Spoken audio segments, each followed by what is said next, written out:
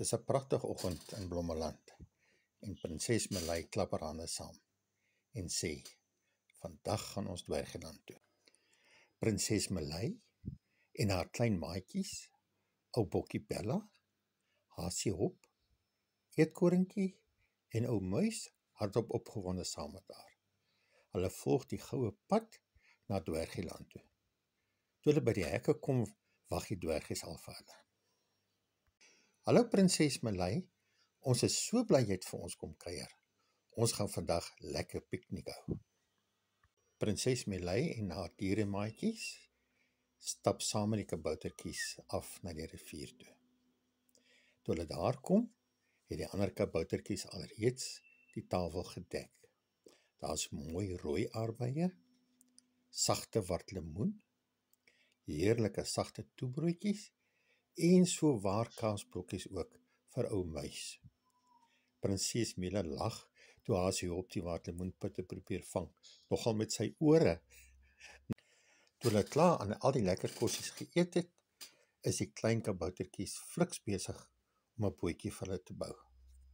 Kom julle, kom laat ons 'n bietjie roei, sê klein dwerg. Melei klim saam met haar dieremaatjies in die pragtige blou bootjie wat die dwergie gebou het.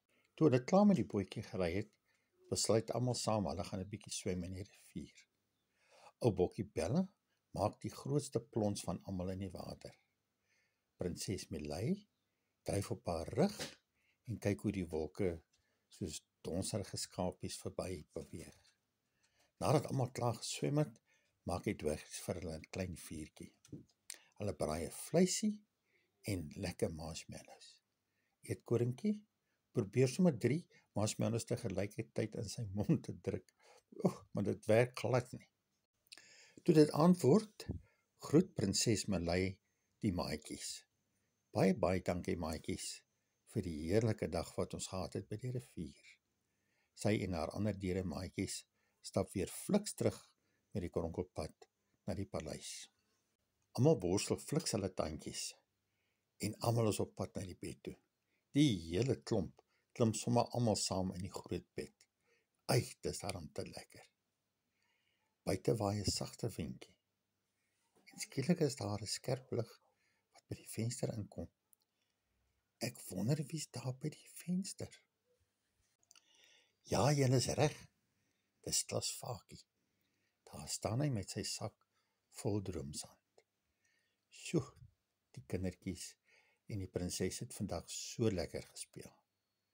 Hy strooi fyn sandjies oor elke ouetjie se oë.